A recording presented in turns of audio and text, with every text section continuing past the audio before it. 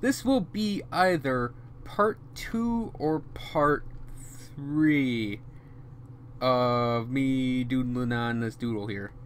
I don't quite know how I'm going to divide these things up. So it's either part 2 or part 3. And that's also why you didn't hear me do like my usual sign off I do when I'm playing games, when I say, you know, have a nice day, see you later everyone. And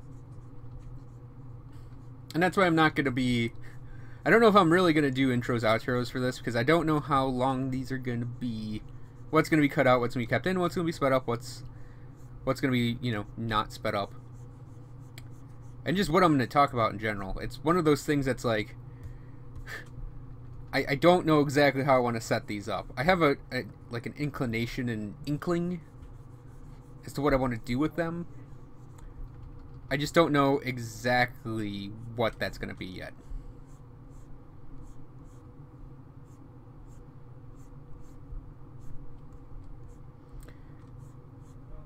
So, like I mentioned, character is a... It's sort of a... I hazard using the term biologist out of just respect for the... Respect for the title. Respect for the science.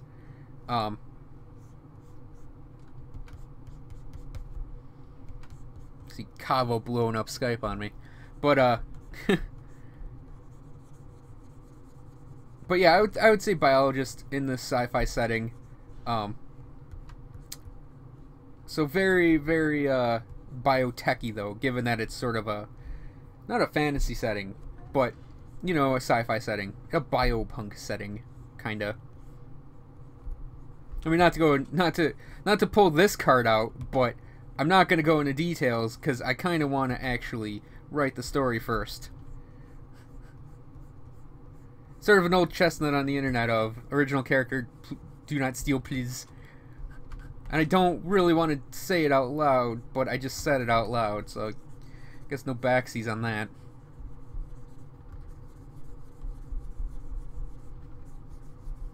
Really, I probably should have started drawing like a Simic Guildmage or something, but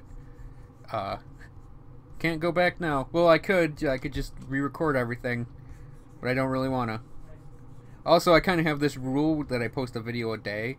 And even though I'm going to start doing it across 2 channels, because I know not everyone likes gaming channels, so I do have that gaming channel. Which is what I've mostly been posting. But I do want to start non-gaming things, and I don't want to do it all on one channel. I don't want to have it be gaming and non-gaming all together, because not everyone likes gaming channels. Not everyone likes, I know definitely not everyone likes that sort of Game Grumpy style, like, let's tell bad jokes and fart jokes while we play video games and make money off it. But I mean, I'm fine with it. But yeah, that's why I kind of want to keep these things separate.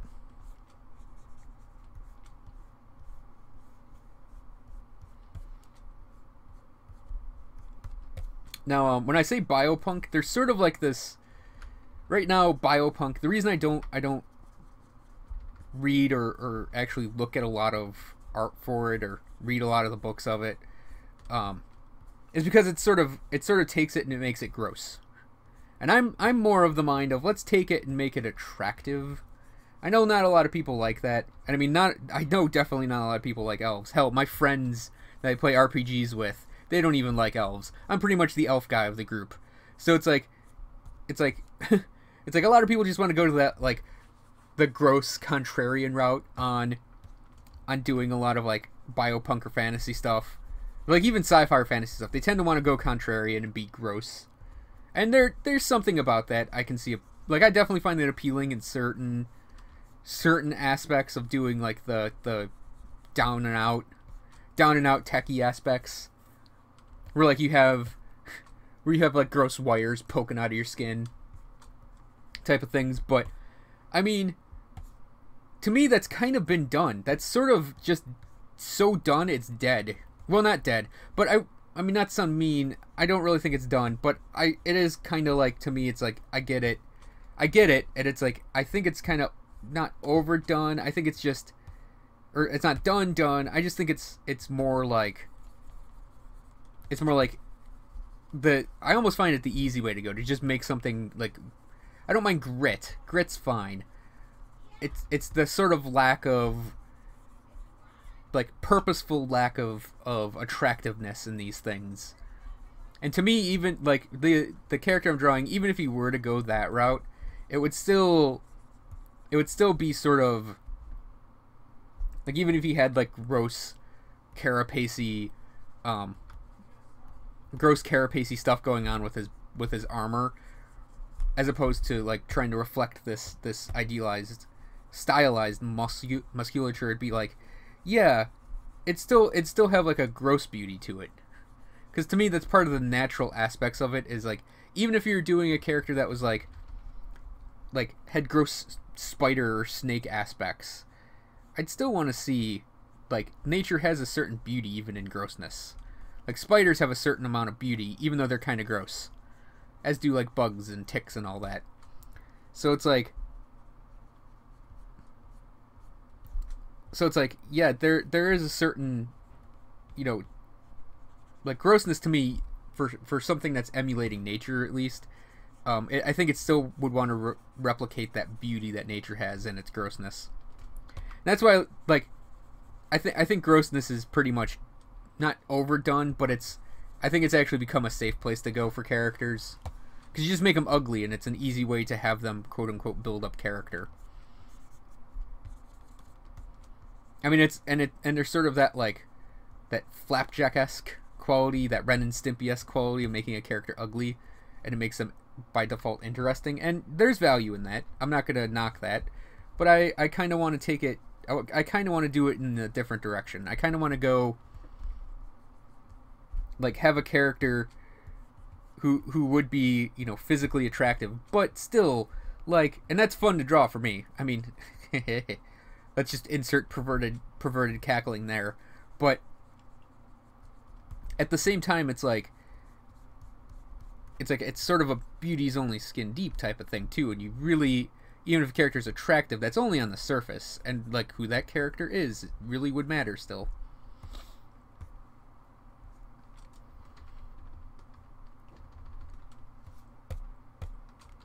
So to me, like, for Biopunk, I really would like to see it go in sort of the, well, I wouldn't want to see like the whole genre go in there. I'm not saying I don't want ugly things. It's just, I think there's plenty of ugly out there.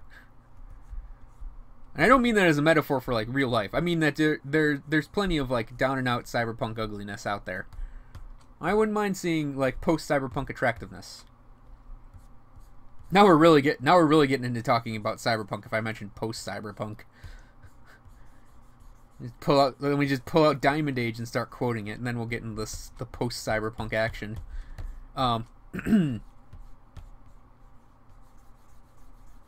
And, you know, it doesn't have to necessarily be beautiful or ugly. You could go in between and have it be, you know, downright normal. Yeah, and like I mentioned before, like, there's a lot of, like, roughness in like, this area with the hair. But I'm actually going to have the hair come down and cover that a little bit. So that roughness is either going to get covered or it's going to be sort of covered. It's gonna be covered, and that's gonna be a way to sort of hide a lot of the roughness around the chesticle area. I just want to make sure I don't get really flat on his pecs, because I do that sometimes with basically chests and abs. I kind of flatten them out sometimes when I don't mean to. That's a little bright.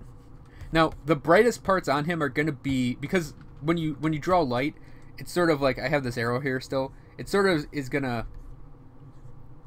it's sort of gonna cascade down, and the further it goes down, the less light it should be. So like here and here is gonna be very light, and I'm probably gonna put more light in here. But when I get down to this area, I'm probably gonna have it, and even like his leg, maybe the top is gonna have a highlight.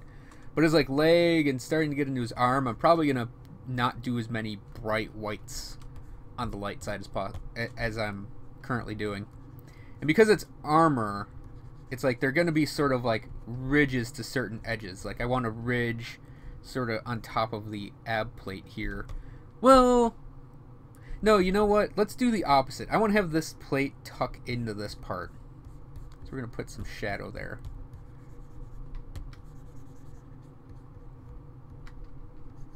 Now I'm using some sort of heavy black lines on some of these, but I'm going to go in and like really try to shade them, blend them a bit more. Because one of the things I'm trying to do in Photoshop, as opposed to what I normally draw, is I'm actually trying to use edges a lot more in Photoshop. So yeah, I'm gonna try to like widen these out and soften them up just a little bit so it looks more like it's an edge butting up against an edge. But I don't mind having a little line work still in there. I mean, I'm not a stickler for that.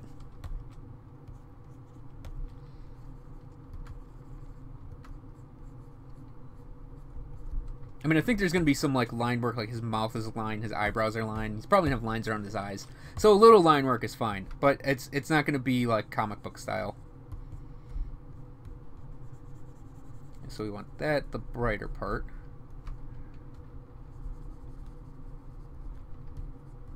And likewise, I'm going to let the strokes of the, you know, this is just a plain round brush. So I'm just going to let the strokes of the plain round brush show through as well. Oops. So we got to start this one. We got to go back and grab the actual dark we want from the palette. I feel like I dropped a conversation point in there somewhere. I'm going to try to think of it as I go back. That's going to happen a lot too, I think. Because in a game, when I'm playing a game, I pretty much just let the game dictate what I'm talking about. But here it's like I have to remember to try to keep my conversation forks going properly.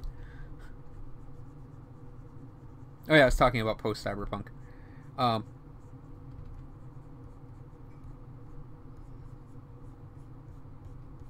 I'm not saying things can't, and beauty and ugliness. I'm not saying things have to always be beautiful. I just actually am fine with the level of ugliness that's out there.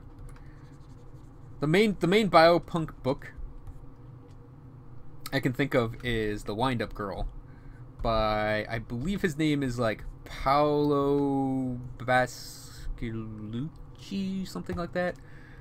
I just butchered that name and I'm really sorry. But yeah, The Wind-Up Girl is pretty much what I think of when I think what's a quintessential biopunk novel, and it's like, yeah, that's it. That's the one. There are some other novels that have aspects of biopunk, but it's like they're not biopunk novels, and it's not like every single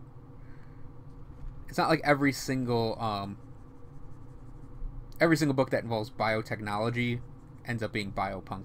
Because I mean, technically, like Diamond Age by Neil Stephenson gets a little biopunky because it's nanomachines altering the human body. It's sort of a subset of what goes on in that world. So it's like, yeah, there is definitely. Oh wait, we have to go back on that line because here it's going straight, so that's got to go straight down like that. That one's really overlapping there. And then this one is actually going to have to curve like. It's going to have to curve like that, I think. It's closer.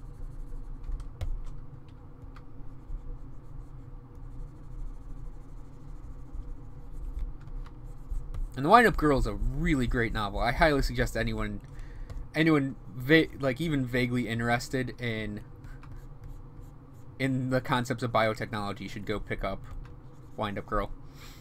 But yeah, Diamond Age kind of has it a little. I mean, there's obviously biological alterations, and even as like even Neuromancer has heavy biomodding. Like people with like animal jaws that are rode with steel teeth, and it's like, yeah, there's still, you know, that those elements in older works, but like biopunk as a movement unto itself is actually quite in its infancy, and there aren't a lot of materials for it. Oh, BioShock. Like video games, for video games, BioShock, pretty much what you would, it's pretty much like the quintessential biopunk game. Sort of like how System Shock is cyberpunk.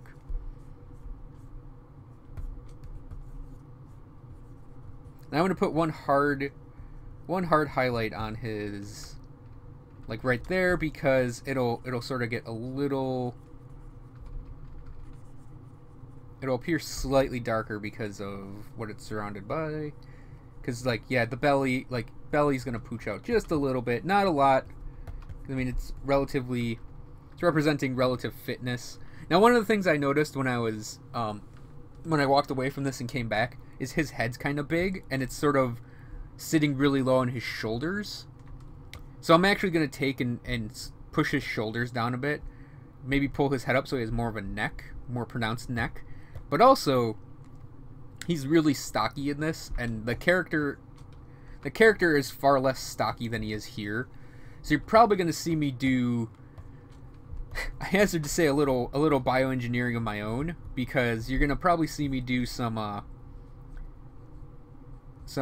tweaking to his overall shape.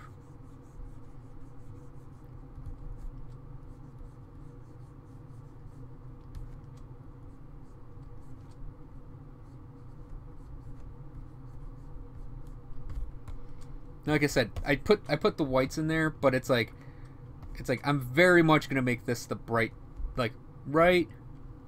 New layer. The right here is gonna be bright, and his face is gonna be very bright, because that's my two. Those are my two areas of brightness. Oh, his ear's kind of flat too. We're gonna do a lot of tweaking to maybe fix all these things. But yeah, I want his shoulder to be like the brightest white of his armor, because it's in direct light. There's very little reflecting on it. And it's definitely in this drawing the highest part of his armor. I mean, technically his right hand is higher up, but it's far away from where I want my light source to be. And I'm actually planning to do a lot of like detail work on that right side, because the reflected light, this is going to be all lit from below, I think, with highlights on top. And then like the shadow cast by his head is actually going to encompass his shoulder. So we're actually going to have like light right here. We're going to have light right here, but his shoulder for the most part is going to be dark. I mean, I might put a little highlight right there, but for the most part it's going to be a dark, his shoulder's going to be dark.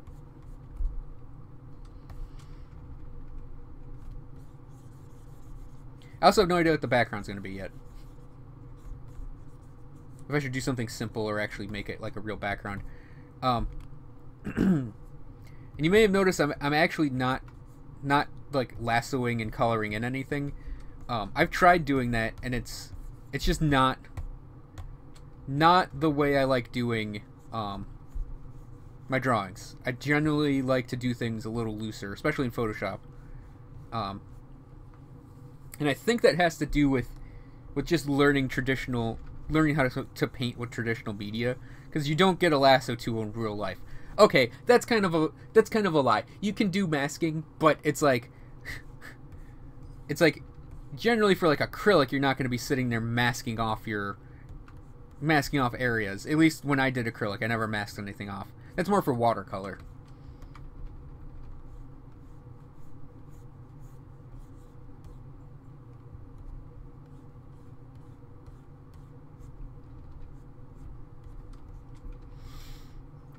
But still we're going to have we're still going to have detail in here, because, as I mentioned before, the light's going to come down and bounce off his armor, and it's going to give us some nice lighting on the underneath of his arm here.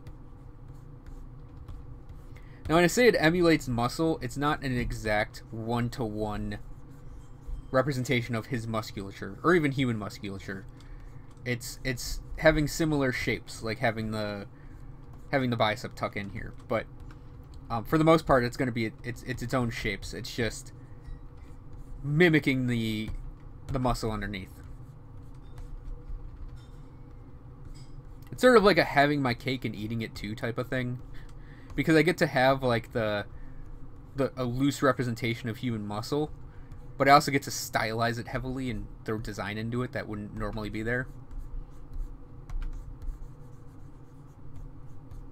Harkening back to my earlier color concepts, I'll probably do something Simic-y, like an actual Simic thing in the near future.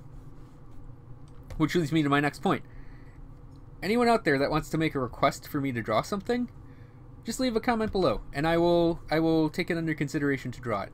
When I actually get like a Patreon page going, which I'll probably start doing mid-August. Well, we're mid-August technically now.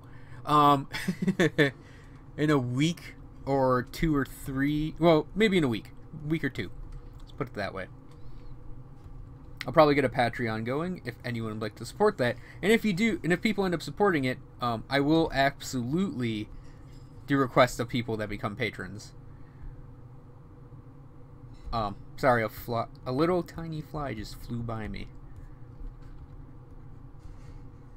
I mean, not that I'm anticipating anyone actually supporting my Patreon, but who knows? It might work, it might not. There is nothing lost in trying that. Now his armor is actually, it's not actually like a metal. It is sort of a imitation bio material, be organic, technically.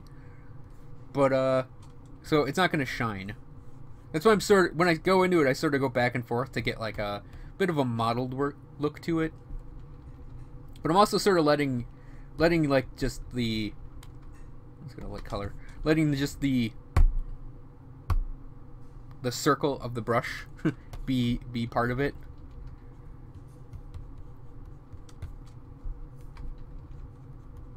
Be part of it in shape.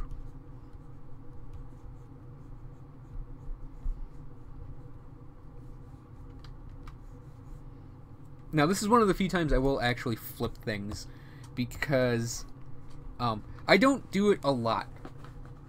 Originally I was told you should flip the artwork because that's how other people will see the artwork. But I've actually taken, like for practicing color, I've taken other people's like comic book pages that are inked and just coloring them just to practice straight up color without having to worry about actually doing the artwork for it. And I've noticed that if you actually flip, even professional artists, if you flip their image, it'll look way different. So to me, flipping is only a resource for getting rid of severe, like on his arm, it was kind of really heavily there. It's for getting rid of that like very severe, like everything going in one direction type of thing. That was a poor example of it, but everything to me was looking like, oh, I should flip this and check it because it looks like it's all going in one direction stroke wise. So I flipped and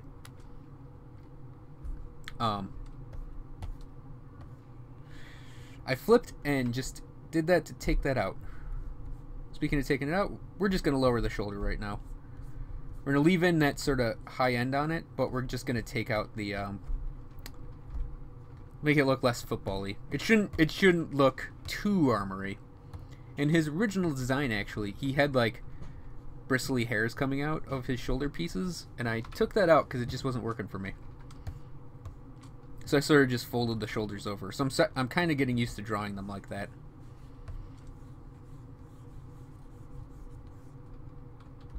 Little insight into like how I've had this character for a really long time. And obviously he's not actually been, you know, a very biopunky character like back in high school before I had any inclination that biopunk existed back in like the 90s. And like that came in college, really. That attitude about the philosophy I talked about last time. But yeah, it's sort of like that's when he became what he was, really.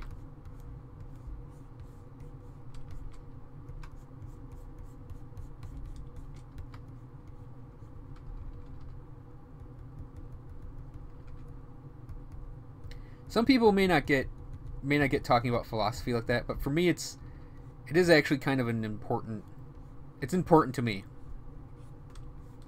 And I actually don't mind talking about it with people. As long as they're open-minded to actually talking equally about philosophy and stuff. Philosophy and even politics. I'll talk to people I know who won't flip out and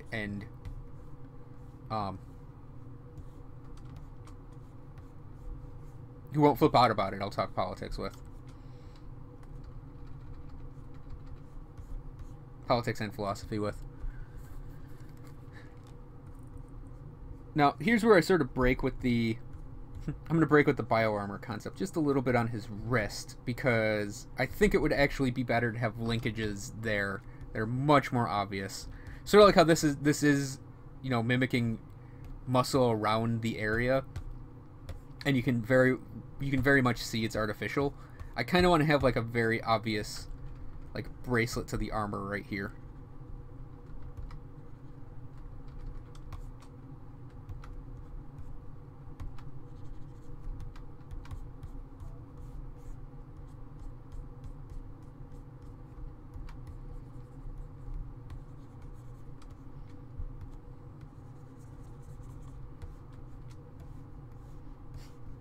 I could probably write a book on that philosophy I have, but I'm sure other people have thought of it. I mean, I know I shouldn't let that be a factor in it, but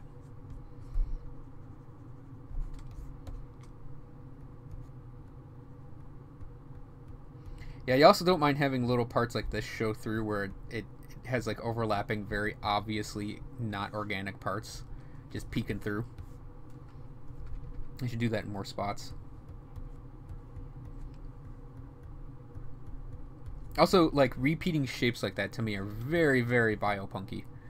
I mean, they're very techy too, but when you do it as part of like a pseudo-biological system, they sort of get that like chitiny feel to it, that shell feel to it.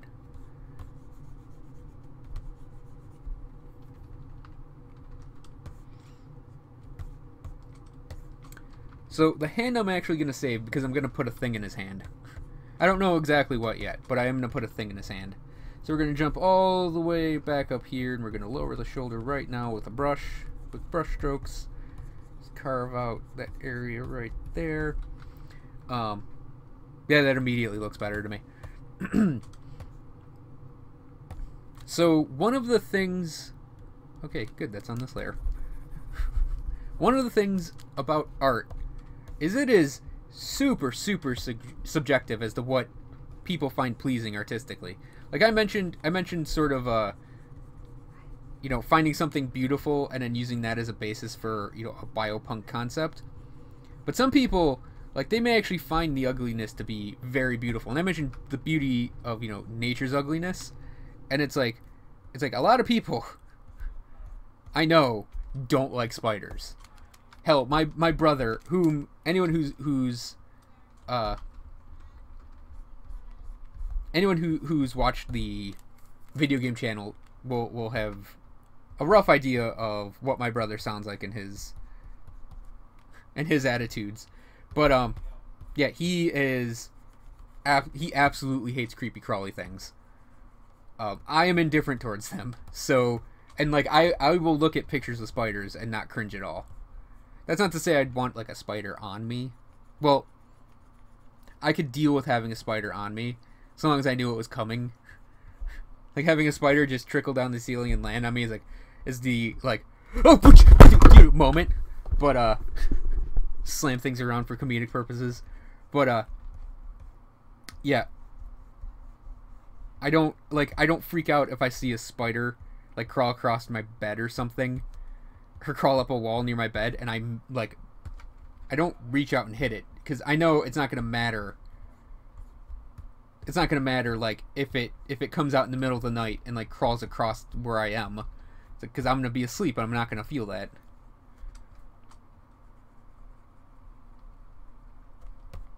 So yeah, there's that idea that the beauty, like the ugly things in nature can be beautiful as well. There is a limit to that. I'm gonna say there's a limit to that, and that limit is diseases. But or I should say, what diseases do to another living creature.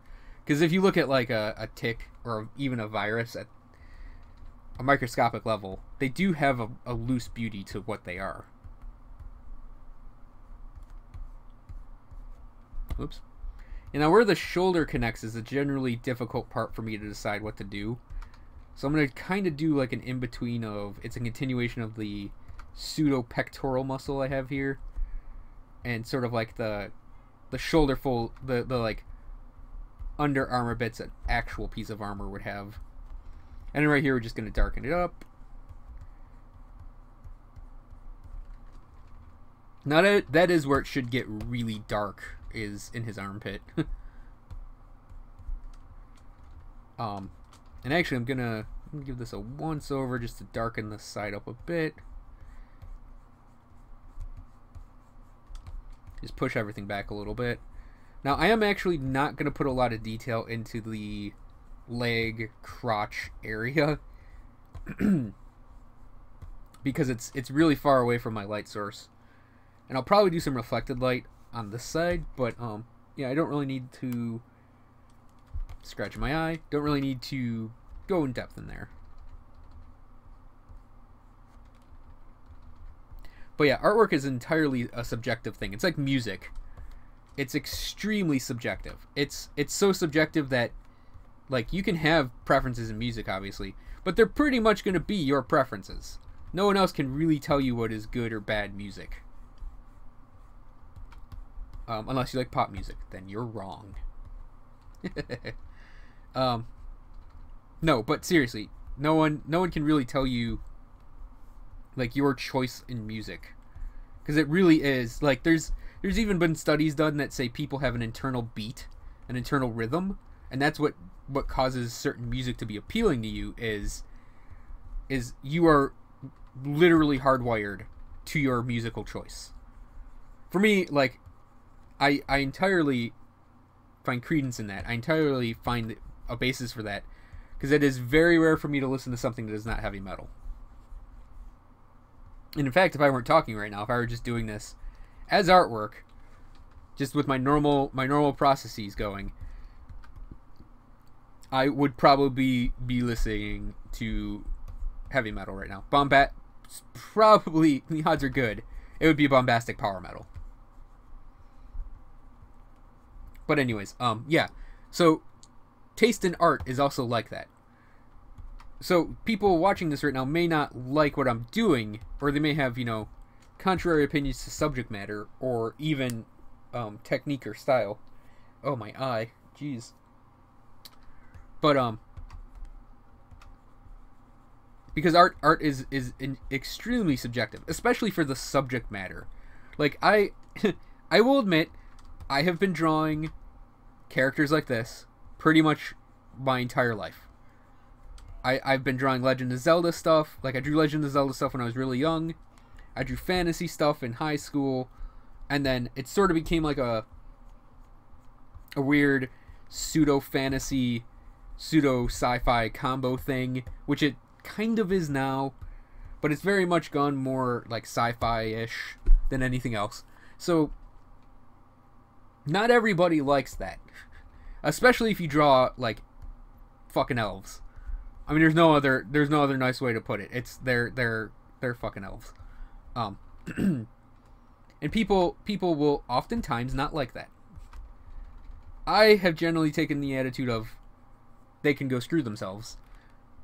But it does get hard sometimes when you want, like, technical advice on something, and someone's like, you need to stop drawing the goddamn elves.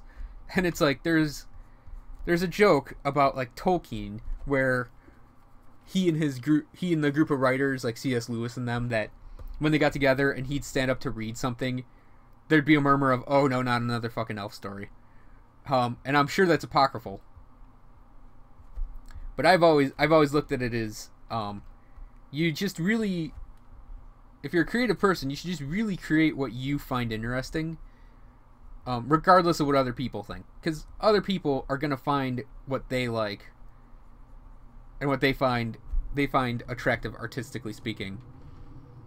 And it's gonna be something different than what you find artistically interesting. Some people, for example, in a collegiate setting, don't necessarily like fantasy art or concept art or movie art or sci-fi art. They maybe find it kitschy and silly, and they will grade accordingly. I don't want to actually get into that in depth, but it has happened to me. It's happened to friends of mine that certain people, certain teachers, will actually grade based on subject matter.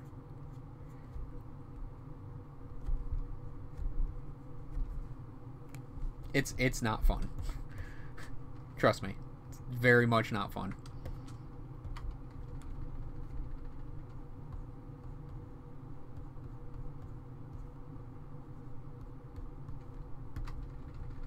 Yeah, I'm going to darken this up just a little bit.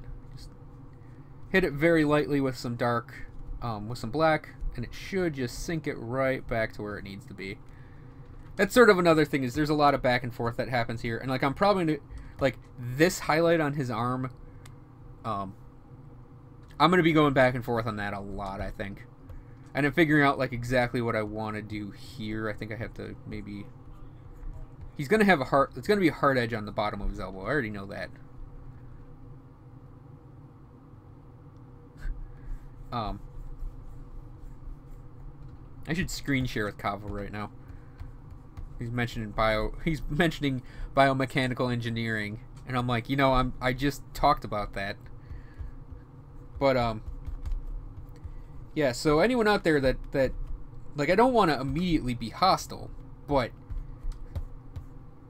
I'm probably gonna be drawing sort of pseudo sci-fi elves a lot in these videos, and I'm gonna try different subject matter because, like I said, I want to challenge myself. I'm just sort of leaning into this a bit because it is like video 2 or 3, depending on how I upload these. So it is gonna be like, so this comes out like, wait, how do I have the? So that would be like that, and then it's like that. The thing about this is it would technically, as bio armor, it would actually fold and contract like human skin, but at the same time it's also artificial. So I could like I can have it not do that. I mean, technically there should be a fold in the arm here, but we're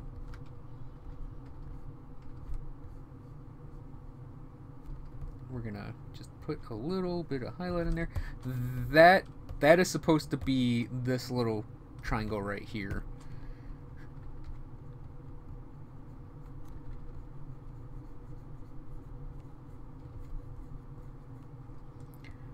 Now for video length, I don't actually know if going full hours for these is gonna be smart, but I'm gonna try them at full hours at first, and if they work okay, we're gonna continue doing full hours. Sort of as like a pseudo, like I could stream this. I could probably get away with streaming this. Upload speed isn't great here, but and then it went like, goes like that, I think. So upload speed isn't great, but I could possibly stream this because there's actually not a lot of, you don't need a great frame rate for streaming Photoshop. The only problem would be keeping the recording going, like keeping the quality up just for YouTube's sake, and not having it go full potato.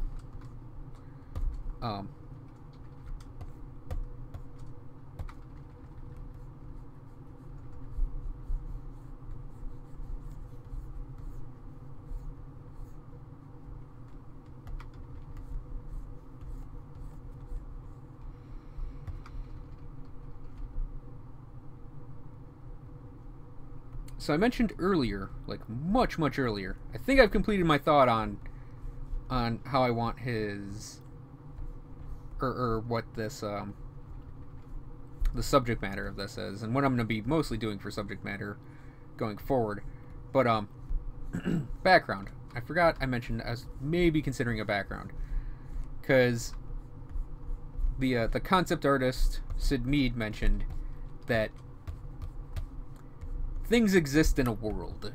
So I don't know if I'm gonna do it here, if I'm gonna have a full on background for this character, if I'm just gonna keep it like this, or just put like a gradient in.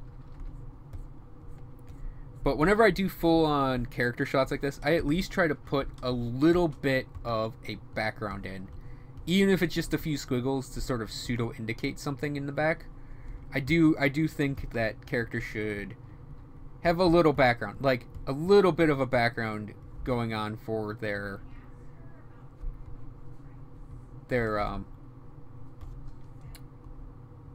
artwork or items too, because it's kind of like that. It's kind of like that magic card idea that, oh yeah, it's an alchemist vial, but it's in someone's hand and there's a slight background to it. It's like the thing exists, so you kind of get that you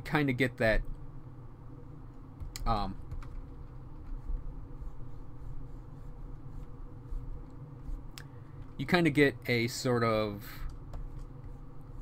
like feel for that object because it exists in the world. And the same goes for characters. Like even like in concept art, I'll sometimes just see it where a character's just on a flat gray background like this, and I'm like, man, this kind of could use a little life, and that life could easily be done just to put the character not in a vacuum. So I definitely think I'm gonna do something for the background. I just don't know what yet. I'm leaning towards like maybe a few squiggles in all honesty, but I'm also leaning towards maybe doing the cityscape I have in my head for this guy's world. That was my phone. I don't know if my phone was audible then. It's probably someone texting me about something. It's probably a text from my carrier saying, hey, you can get this if you can get this deal if you go to Canada. Remember, you can always go to Canada on our plan.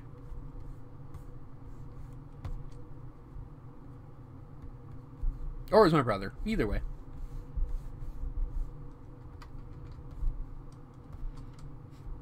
I seriously doubt it's anything exciting or... I mean, not... Sorry, John. I mean, I'm sure it could be something important as well, but... odds are it's not.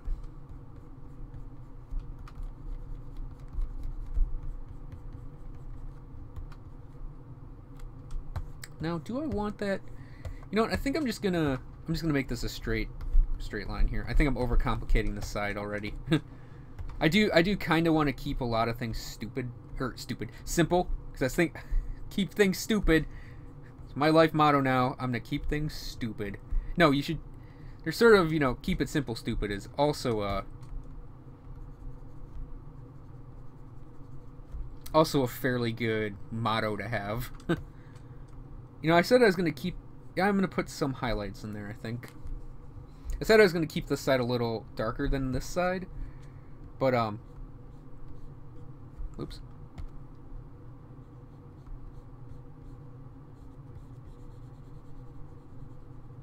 I'm gonna pull some highlights over here, just to pop it out just a little bit more. I think, especially compared to the other side. Like I said, there's a lot of back and forth when you're doing artwork. And there are no actual, like I've been talking about, like how to get things to pop out a little bit and make them look a little livelier, but they're really, for artwork, it's, even creating it is so subjective that there are so many ways to just create artwork too. You don't have to follow one straight and simple route. Like I have my, and this goes for all artists. Like I have my way of doing things. Other artists have their way of doing things, and they're both legitimate ways of going about doing artistic things. It's entirely something. It's something from within. It's very deep within a person. What, like, for artists, it's a very, very deep decision. And other creative people, I don't want to just like not count writers in this, but it's like writing, even like designing a stage in a game. There's just so many ways of doing it, and some ways work and some ways don't, but for the most part if you stick with it, you'll find a way that works really well, and it'll work for you.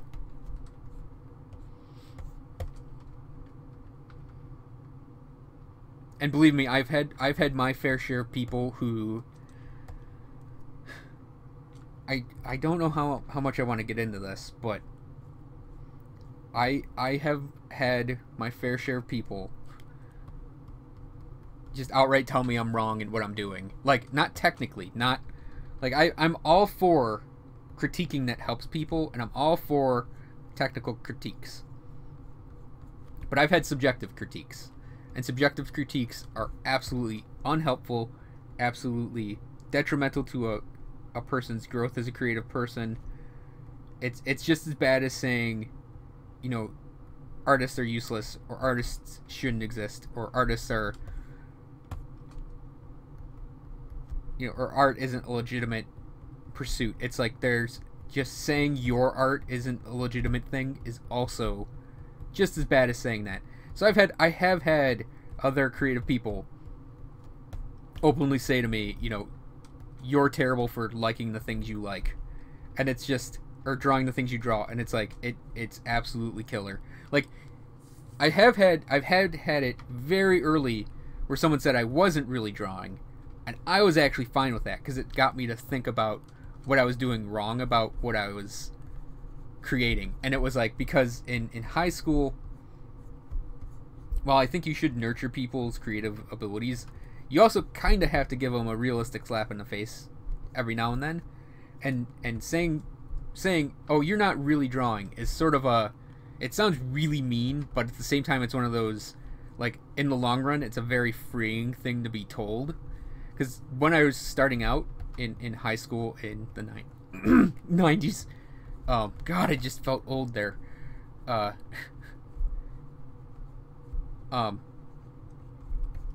was told I wasn't really drawing, and I actually found that a very freeing thing, because I wasn't. I was just copying other people, like literally taking a piece of artwork from a comic page and just copying the piece of artwork, and then changing a little bits to make it quote unquote original. But it's like that. It's not really drawing. That's just copying, and it's like, I'm going to go into this possibly later, because there is a such a thing as tracing, that, like, if you trace some reference, like actual photographic reference, I actually had that as an exercise in college, and that turned out to be a really great exercise, because it showed that even though you're tracing an image, everyone traces differently. So it's not to say you shouldn't absolutely copy things, and you can actually learn a lot by copying another artist. But you have to remember that like aping a style is one thing, outright plagiarism is another thing, but also just copying it without any ability behind it is a completely third thing. And like I was told that at one point, you know, you're not really drawing, you're copying, and I was like, well, that's kind of mean. And they were like, it's mean, but in 10 years you're gonna look back on that and you're gonna understand it. And yeah, it didn't even take me 10 years to look back and understand the idea of, you're not drawing, you're copying. So it's like, yeah, you can be a little harsh with critiques sometimes, and it's fine. Though I personally think positive reinforcement's better. I don't know if I'd ever say that. I've said that to other people, basically in the same way it was said to me. But I don't know if I'd ever say it now in that manner. But it's like, being harsh with the critique is fine. Like, this hand sucks. I'm probably gonna totally redo it. It sucks because I didn't put any structure behind it initially. So let's do a new layer. We're gonna completely just chop his hand off.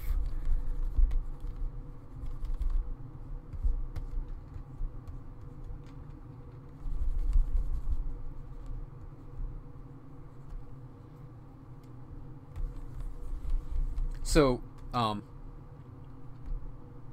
saying, you know, like, oh, you should stop drawing this. It's like, that's not going to be helpful to anyone. you should never, it's like saying you should never draw this. That's not going to be helpful to anyone. You should never ever tell someone the subject matter of their artwork is what's bad about it. Because quite frankly, that's sort of fine arts masturbation. Where it's like, we do real art, we draw, not joking on this one. We've painted this white canvas, this piece of white canvas, completely white to symbolize purity. We think it really shares a message that is